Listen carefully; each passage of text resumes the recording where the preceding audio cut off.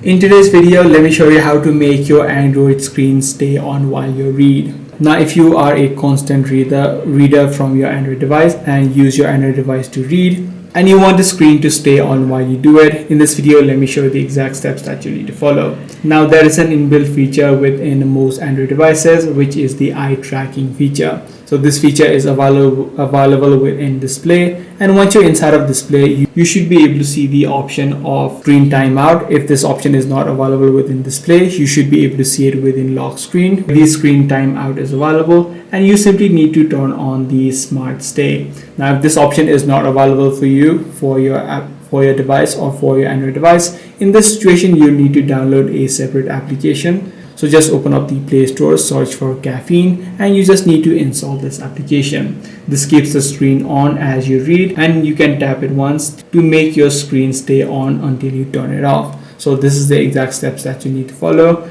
in order to make your Android screen stay on while you read. If this video was helpful to you, be sure to subscribe. I'm gonna see you in the next one.